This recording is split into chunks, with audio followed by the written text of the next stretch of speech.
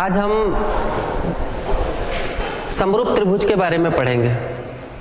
समरूप त्रिभुज के बारे में आपको पढ़ने से पहले आप कक्षा 9वीं में पढ़ चुके होंगे सर्वांग सम त्रिभुज के बारे में।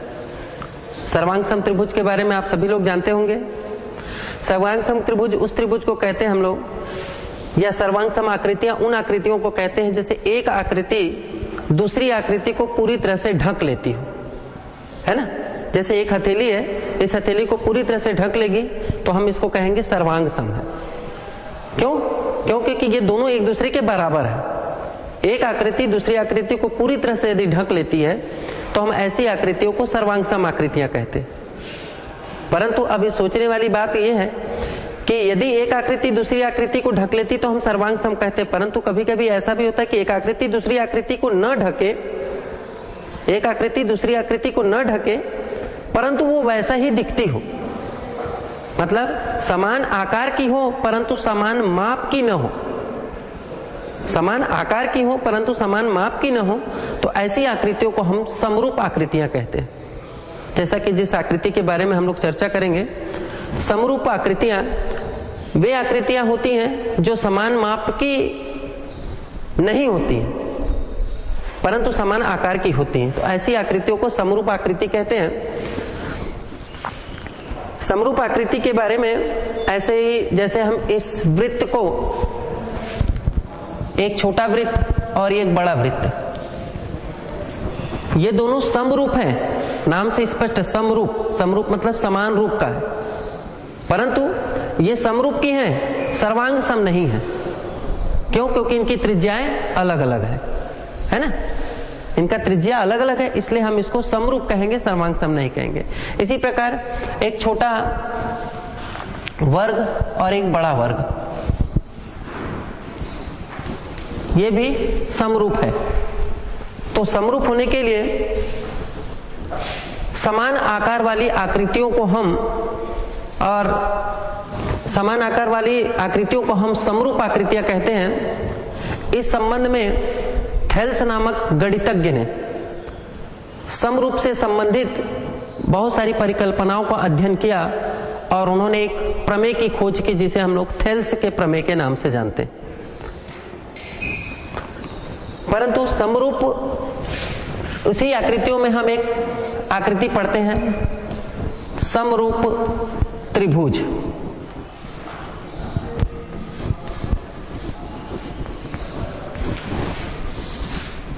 हम पढ़ेंगे समरूप त्रिभुज। समरूप त्रिभुज के लिए कोई भी आकृति को समरूप होने के लिए दो प्रतिबंधों का होना आवश्यक है। दोनों में से कोई सा भी एक प्रतिबंध भी यदि लागू हो रहा है तो हम ये समझेंगे कि यह आकृति समरूप है। पहला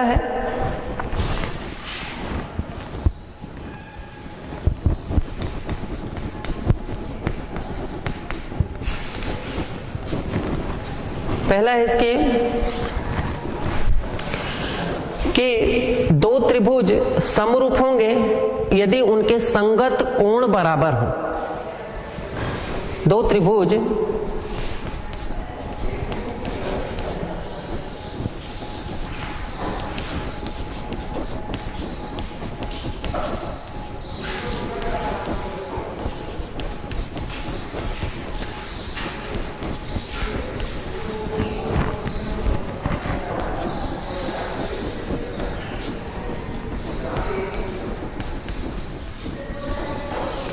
संगत कोण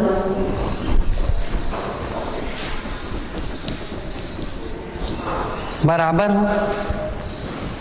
दूसरा, पहला था दो त्रिभुज समरूप होंगे यदि उनके संगत कोण बराबर हो। दूसरा है उनकी संगत भुजाएं आनुपातिक होनी चाहिए। उनकी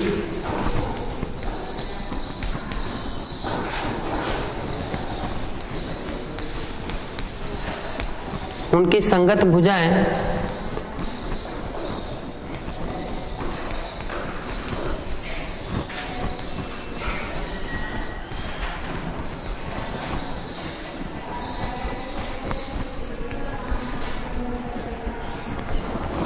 ठीक। दो त्रिभुज समरूप तब कहे जाएंगे जब उनके संगत कोण आपस में बराबर होंगे। ठीक है। दूसरा, उनकी संगत भुजाएं आनुपातिक होंगी। इसका मतलब यह है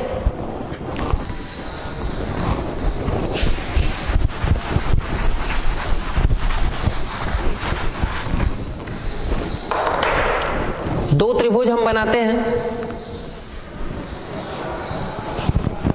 त्रिभुज ए बी सी और त्रिभुज डी ई एफ। ये दो त्रिभुज हैं। ये दोनों त्रिभुज समरूप हैं या नहीं, इसके लिए हम क्या करेंगे कि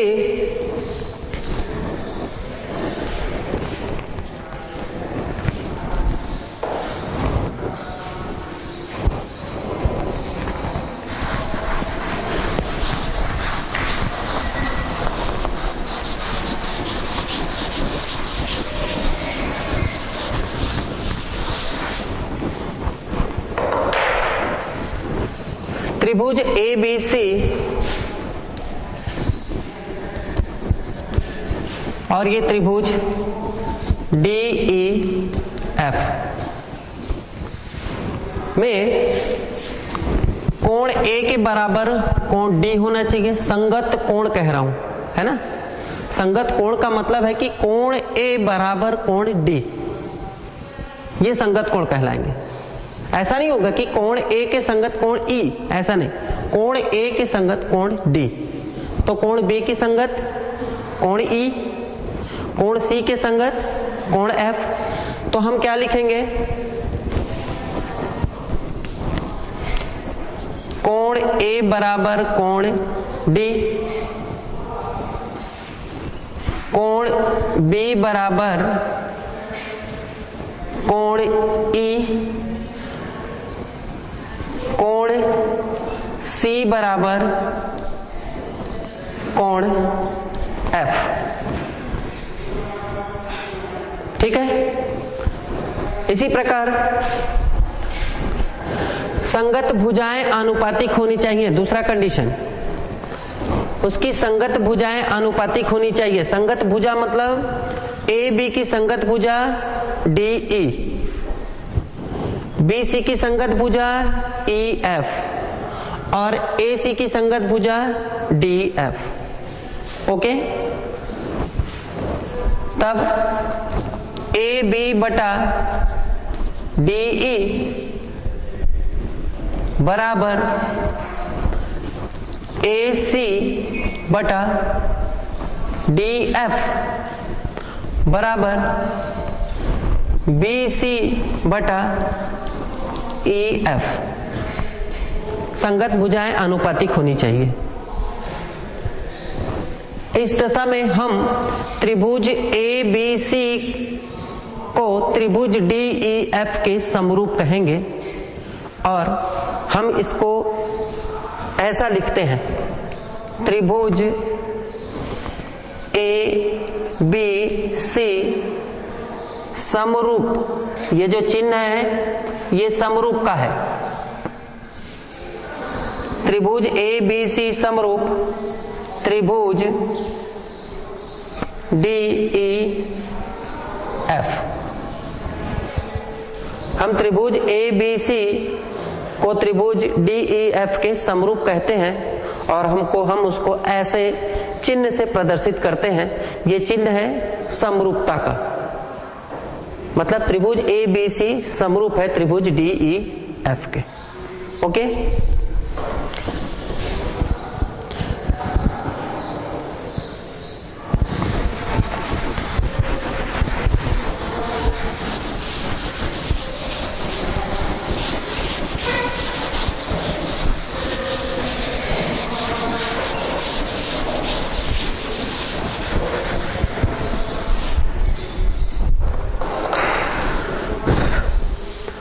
समरूपता से ही संबंधित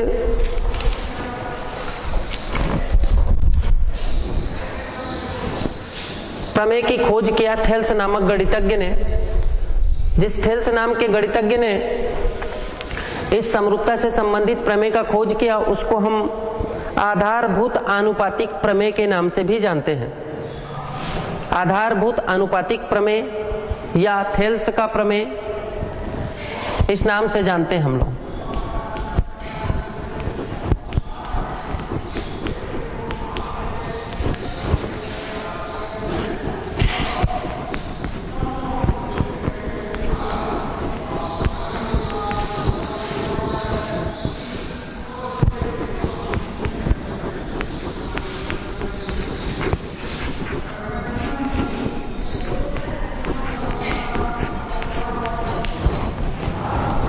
थेल्स का प्रमेय या आधारभूत आनुपातिक प्रमेय। थेल्स के प्रमेय को थेल्स नामक गणितज्ञ ने दिया था, इसलिए इसे थेल्स का प्रमेय के नाम से जानते हैं। थेल्स का प्रमेय, यदि एक त्रिभुज के एक भुजा के समानांतर खींची गई रेखा, एक त्रिभुज की एक भुजा के समानांतर खींची गई रेखा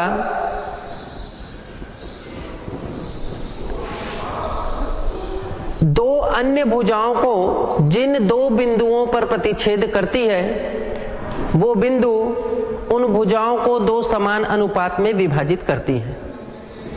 अर्थात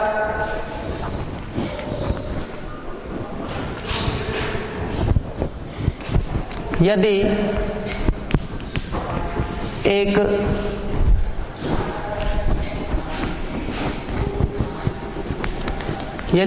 त्रिभुज की एक भुजा के समानांतर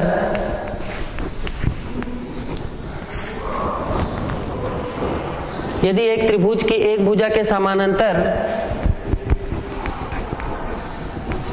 खींची गई रेखा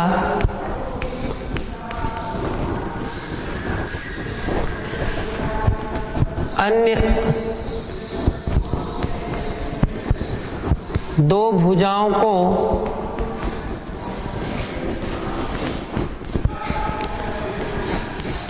जिन दो बिंदुओं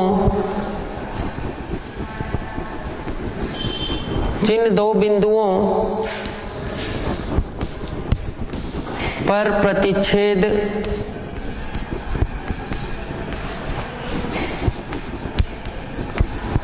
करती हैं,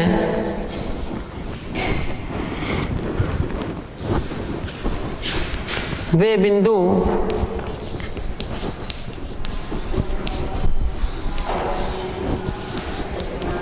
उन भुजाओं को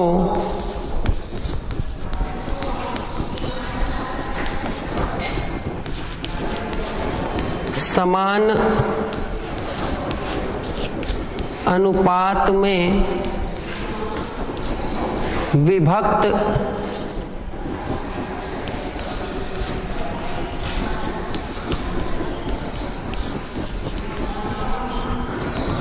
करती हैं।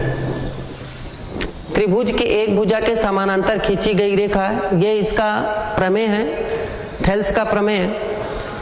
त्रिभुज की एक भुजा के समानांतर खींची गई रेखा अन्य दो भुजाओं को जिन दो बिंदुओं पर प्रतिच्छेद करती है, वे बिंदु उन भुजाओं को समान अनुपात में विभाजित करते हैं।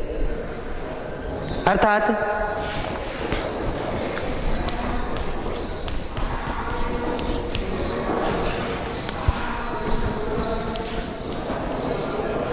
त्रिभुज ए बी सी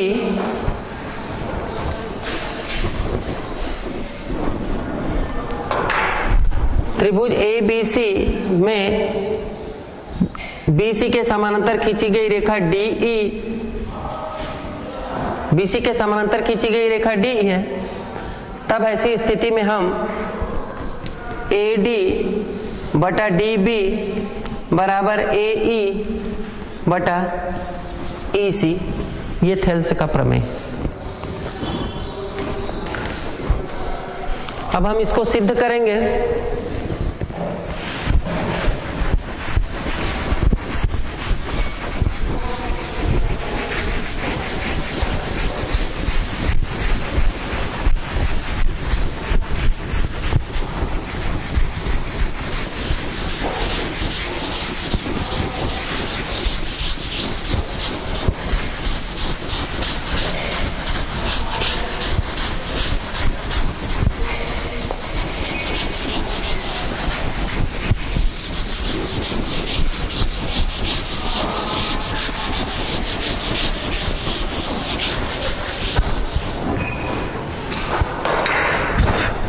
सिद्ध करने से पहले हम डायग्राम बनाएंगे। जैसा कि प्रमेय में कहा गया है कि त्रिभुज किसी एक त्रिभुज की एक भुजा के समानांतर, माना कि त्रिभुज ए बी सी है, इस त्रिभुज में एक भुजा के समानांतर एक रेखा खींचते हैं हम लोग डी ई। एक भुजा के समानांतर खींची गई रेखा अन्य दो भुजाओं को, ये दो अन्य भुजाएं हैं, ए भुजा और ये भुजा, अन्य दो भुजाओं को जिन दो बिंदुओं पर प्रतिच्छेद कर रही है वो भुजाएं वे बिंदु इस भुजा को दो समान अनुपात में विभाजित करते हैं। सबसे पहले हम प्रमेय को सिद्ध करने से पहले दिया है, क्या क्या दिया है? त्रिभुज ए बी सी में डी ई समानांतर, डी ई समानांतर बी सी। सिद्ध करना है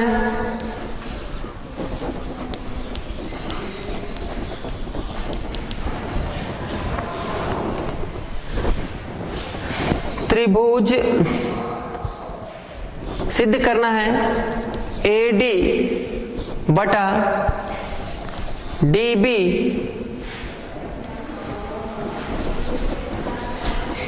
ए डी बटा डी बी बराबर ए ई बटा ई सी। ऐसी स्थिति में हम कुछ रचना करेंगे।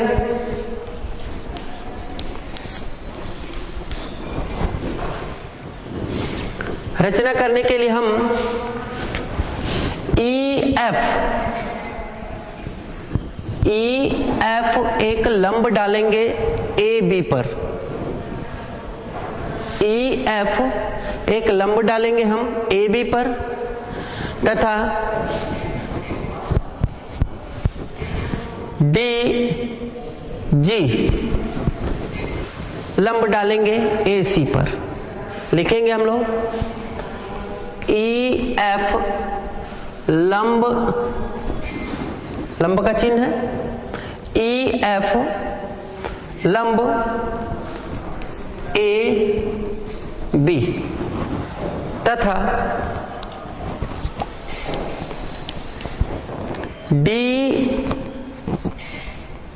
जी लंब ए सी।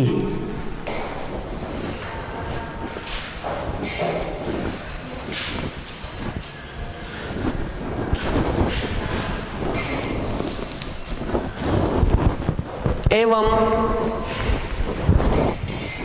B को E से मिलाया,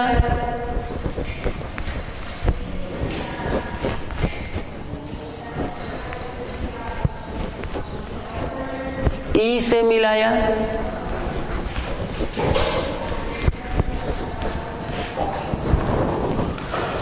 तथा C को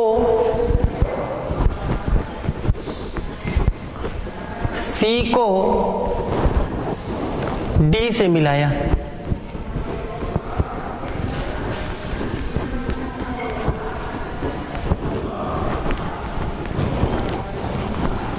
मिला देते हम।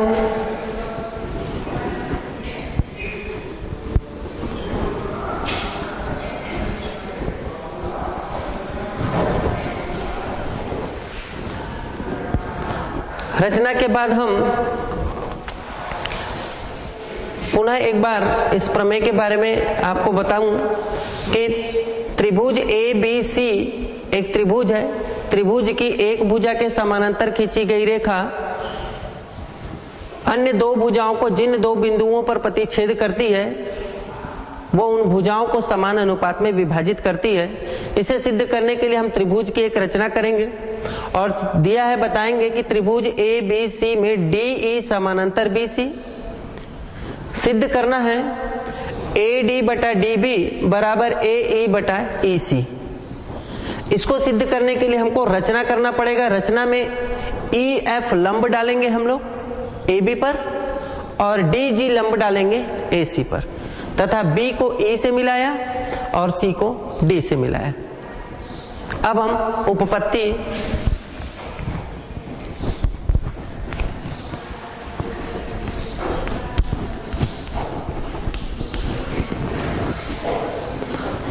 करते हैं हम। चूंकि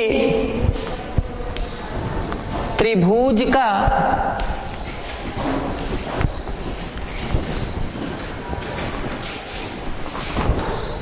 उपपत्ति हम इधर करते हैं ताकि आप लोग को स्पष्ट समझ में आएगा। फिर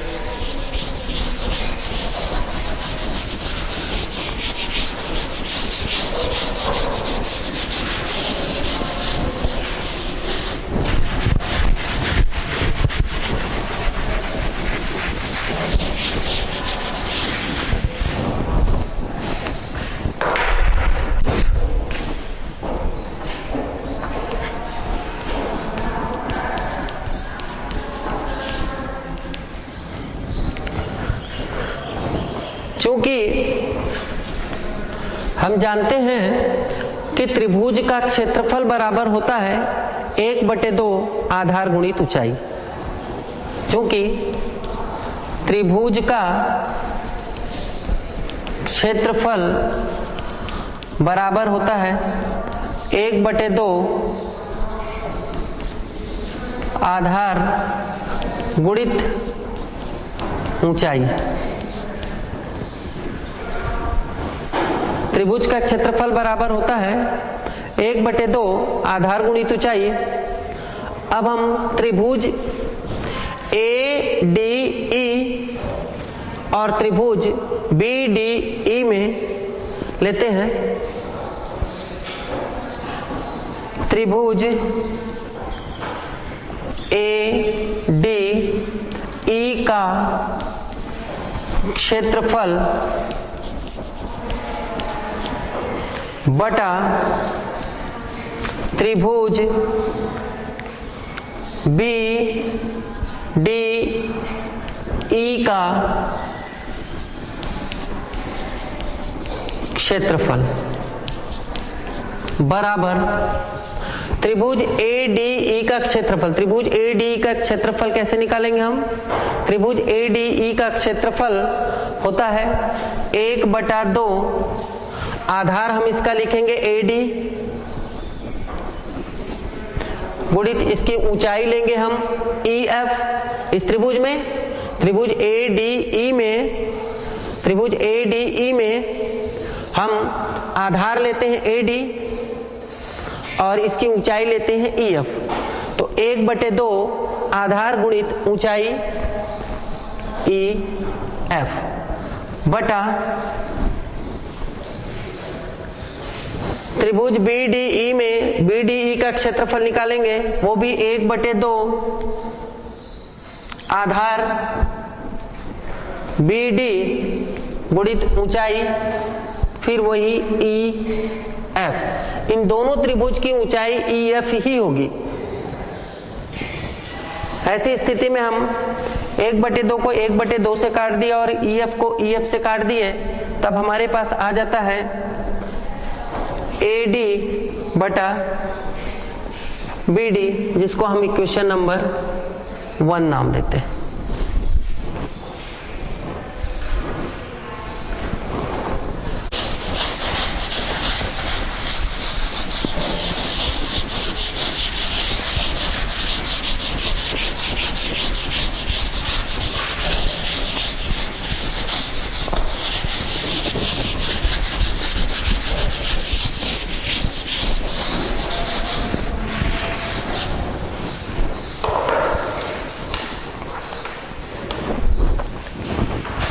इसी प्रकार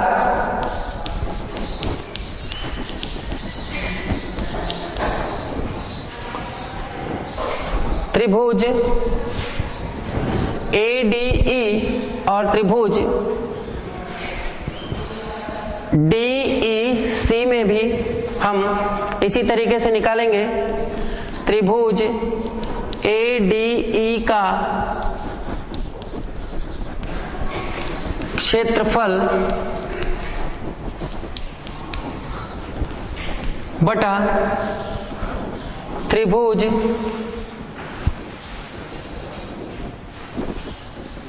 CED का क्षेत्रफल बराबर AE बटा EC होगा। परंतु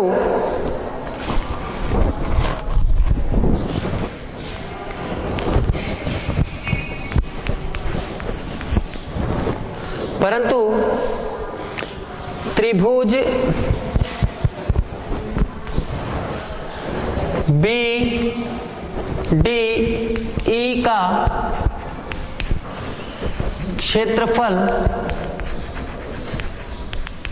बराबर त्रिभुज CDE का क्षेत्रफल।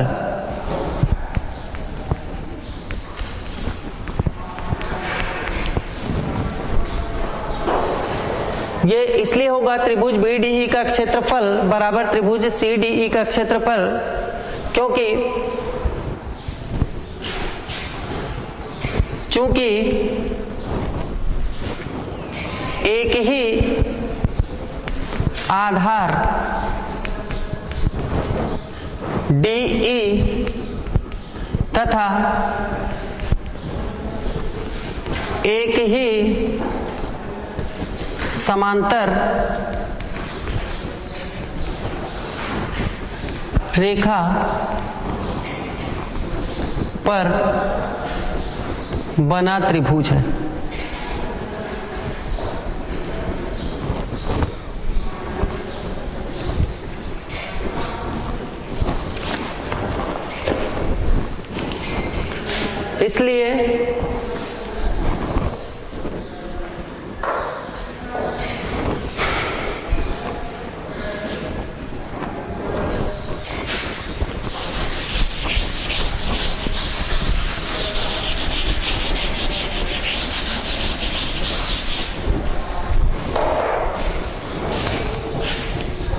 इसलिए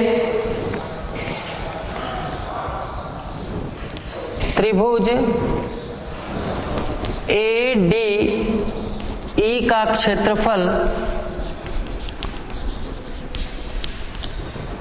बटा त्रिभुज BDE का क्षेत्रफल बराबर त्रिभुज ADE का क्षेत्रफल बटा त्रिभुज CDE का क्षेत्रफल।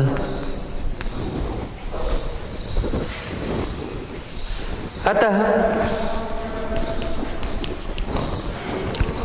AD बटा DB बराबर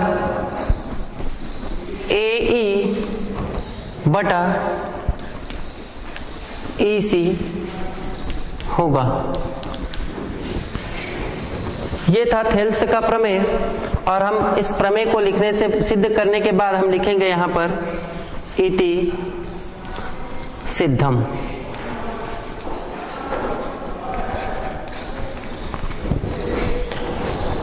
थेल्स के प्रमेय को सिद्ध करने का एक स्टेटमेंट जैसा दिया था, उस स्टेटमेंट के माध्यम से हमने सिद्ध कर दिया कि AD बटा DB बराबर AE बटा EC। अब हम इस थेल्स प्रमेय से संबंधित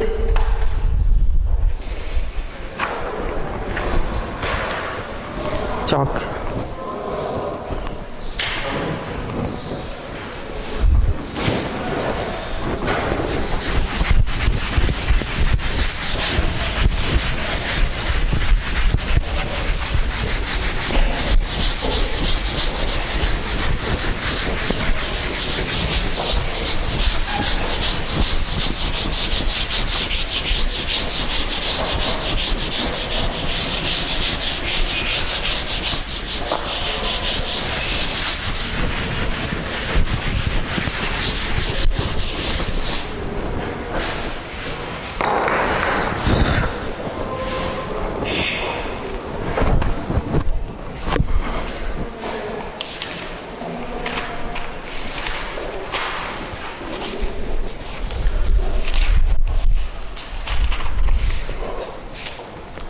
अब हम कुछ सवाल लेते हैं समरूप त्रिभुज से संबंधित, जैसे कि त्रिभुज पी क्यू आर में एल एम समानांतर क्यू आर, त्रिभुज पी क्यू आर में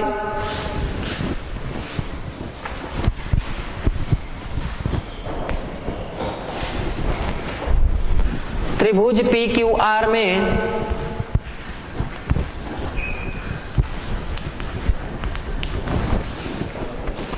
एल एम समानांतर क्यू आर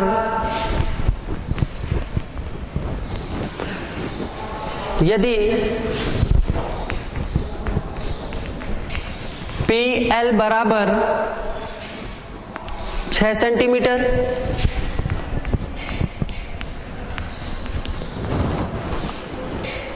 क्यू एल बराबर 9 सेंटीमीटर,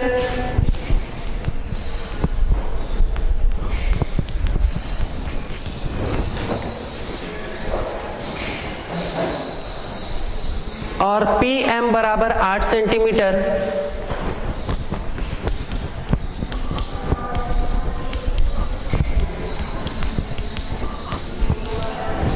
पी एम बराबर 8 सेंटीमीटर हो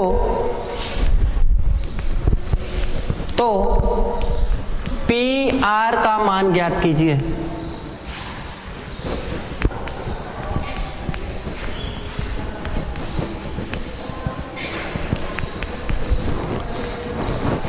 सबसे पहले हम त्रिभुज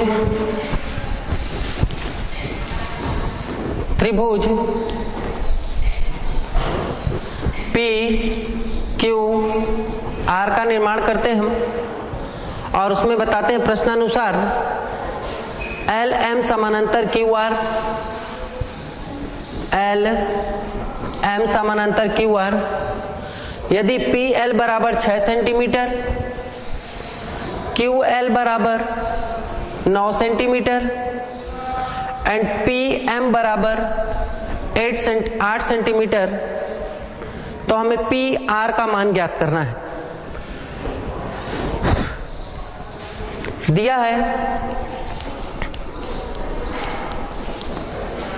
त्रिभुज पी क्यू आर में एल एम समानांतर क्यू आर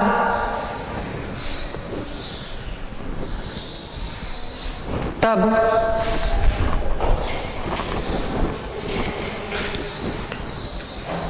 थेल्स के प्रमेय से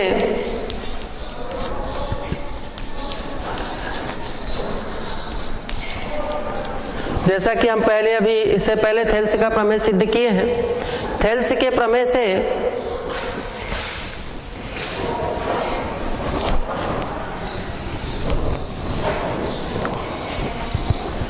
पी एल बटा एल क्यू बराबर पी एम बटा एम आर।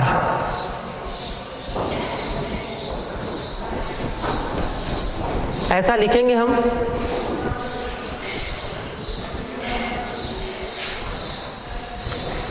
तब हम P L 6 centimetre, L Q 9 centimetre, P M 8 centimetre और एम आर या आर एम ज्यों का त्यों। हमें क्या करने के लिए कहा है? पी आर ज्ञात कीजिए, परंतु यहां हम एम आर ज्ञात कर रहे हैं। तब ऐसी स्थिति में हम एम आर निकालने के लिए क्या करेंगे? तिर्यक गुणा करेंगे इसको। ये हो जाएगा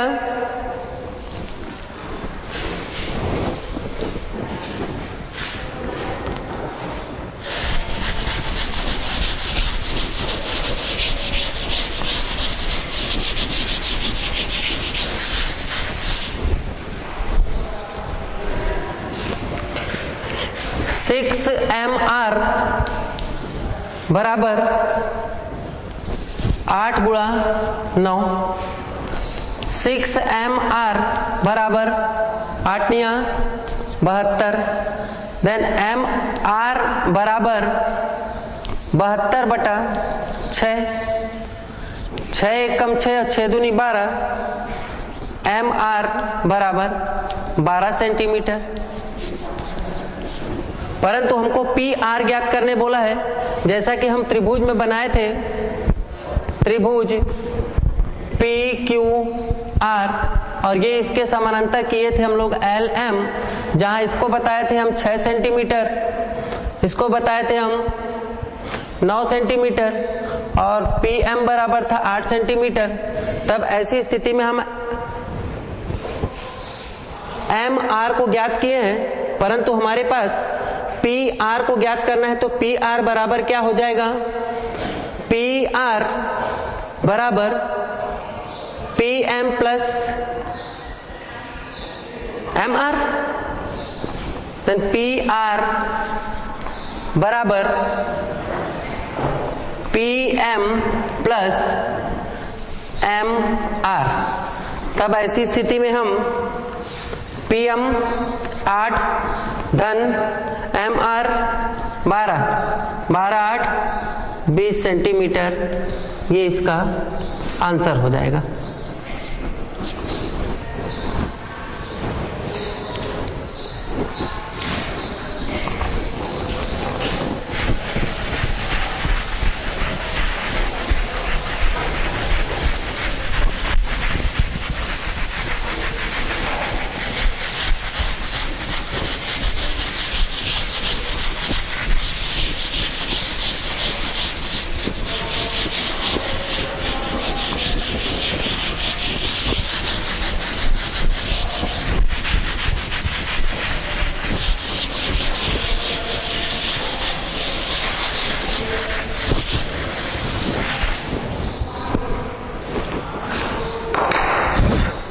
नेक्स्ट क्वेश्चन, किसी त्रिभुज ए बी सी में डीई समानांतर बी सी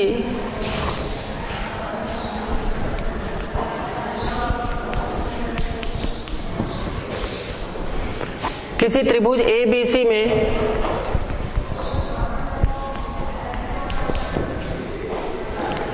डीई समानांतर बी सी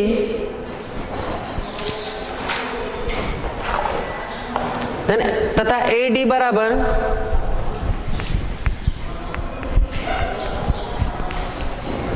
AD बराबर 3 सेंटीमीटर,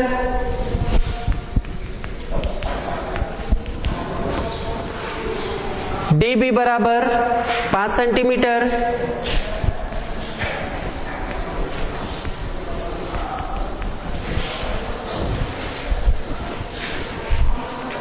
और AC बराबर 12 सेंटीमीटर।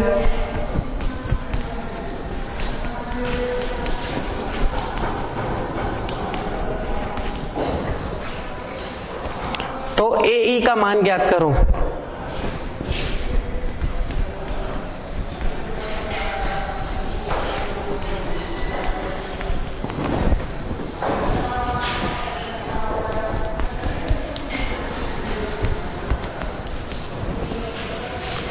हल,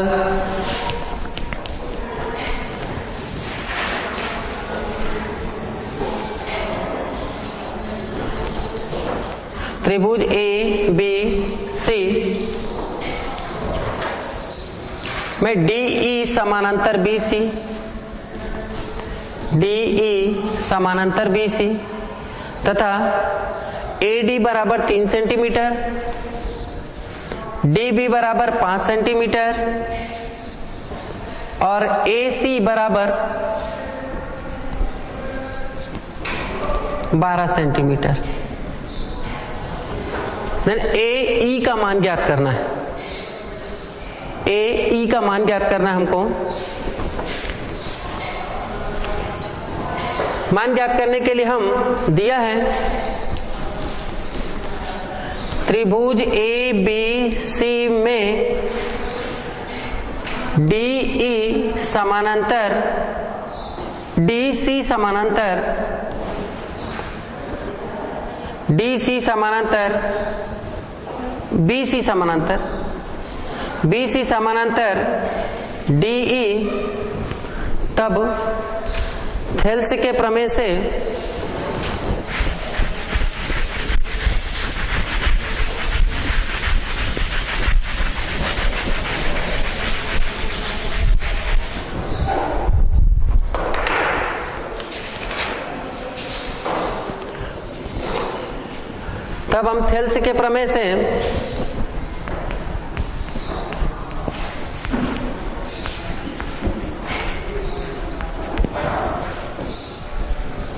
थेल्स के प्रमेय से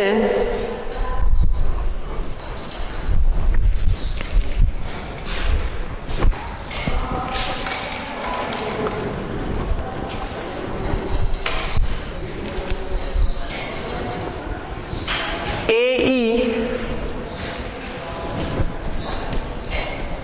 बटा AC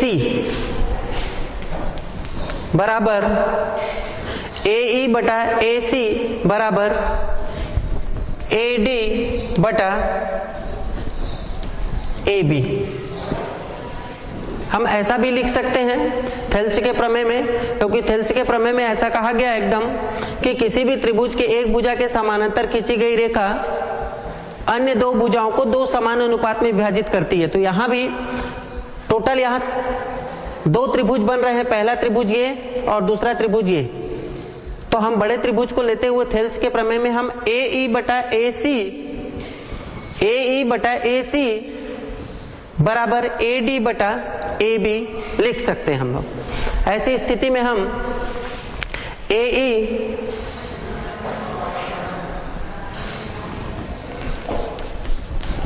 हमको क्या ज्ञात करने के लिए कहा गया है कि किसी त्रिभुज ABC में DE समानांतर BC और AD बराबर 3 सेंटीमीटर, DB बराबर 5 सेंटीमीटर और AC बराबर 12 सेंटीमीटर, तो AE का मान ज्ञात कीजिए कहा है। तब ऐसी स्थिति में हम AE बटा AC का मान दिया हुआ है हमारे पास, AC का मान दिया है 12 सेंटीमीटर बराबर AD कितना दिया है 3 सेंटीमीटर और AB की जगह में हम